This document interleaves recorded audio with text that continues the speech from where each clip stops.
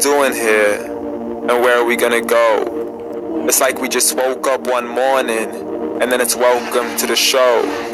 Don't ask any questions, just go with the flow. Make as much money as you can, and try your best not to get broke. Copy everything you see on the TV, from the hairstyles to the clothes, and don't think too often, just do exactly as you're told. And if you ever get confused, then just turn towards the alcohol. You'll still hear your thoughts, then just turn up the radio as you learn to live a lifestyle of drugs, sex, and rock and roll. But in all honesty, I just need to know, is there more to the cycle than growing and getting old? Living and dying just to leave behind a happy home and a whole lot of property that somebody else is going to own. I just really need to know before the casket's closed, 'cause I'm not willing to gamble with my soul, nor am I ready to take any chances. These are just simple life questions, and I'm just searching for some answers.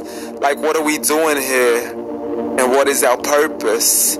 How did we get here, and who made us so perfect? And what happens once we go, or is this world all really worth it?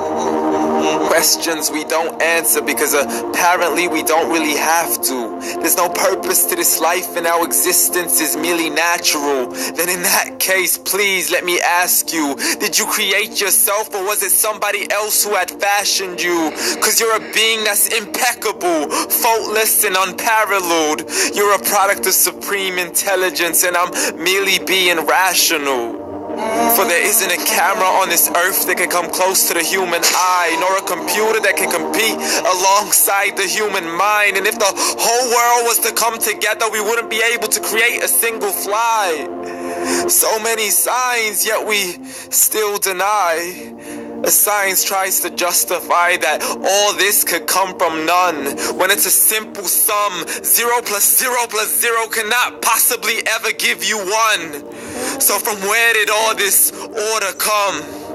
For everything has its origins, a maker, a creator of its own. I mean, the only reason you're watching this video is because somebody had to press upload. So we can believe in the Big Bang, but I'd rather believe in He who caused it to explode.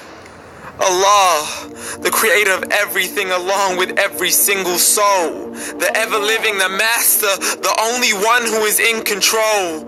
Unlike his creation, beyond our imagination, and no, he's not a man, nor does he have any partners in association. He's on his own, and no, he did not ever leave us alone. Just like every manufacturer, he left us with an instruction manual. The Quran and Islam, and I'm sorry to jump to conclusions, but it's the only one possible.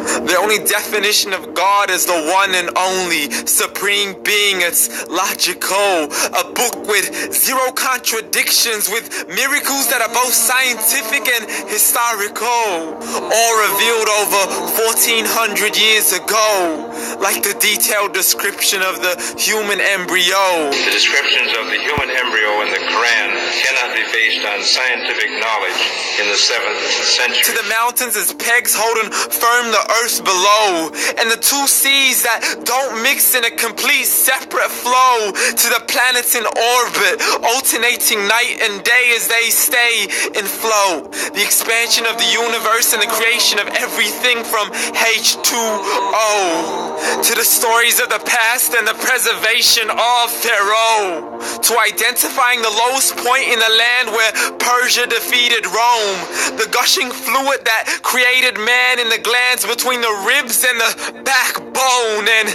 not a word has changed, it's still the same. So please explain how all this was known over 1400 years ago, to a man who couldn't read or write, as he would recite whatever the angels spoke.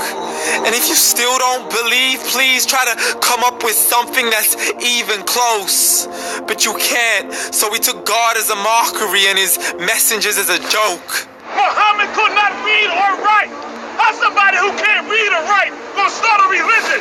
Dismiss these scriptures as legends and tales of the ancient folk as we live life according to our whims, desires, and hopes, saying this life is the only home we will ever know. We will live then die, then simply turn to bones. YOLO! Correction, after the grass dies, the rain arrives and it regrows, and Allah promises to do the same thing to your very soul and bring you back from your very fingertips to your toes, as the all-seeing supreme being watches us so close, and we are surely being tested in our wealth, our health, and our self, and everything that we've been blessed with. So believe, for we will surely be resurrected and be brought back to our Lord and account for every single deed, as He hands us our books and orders us to read.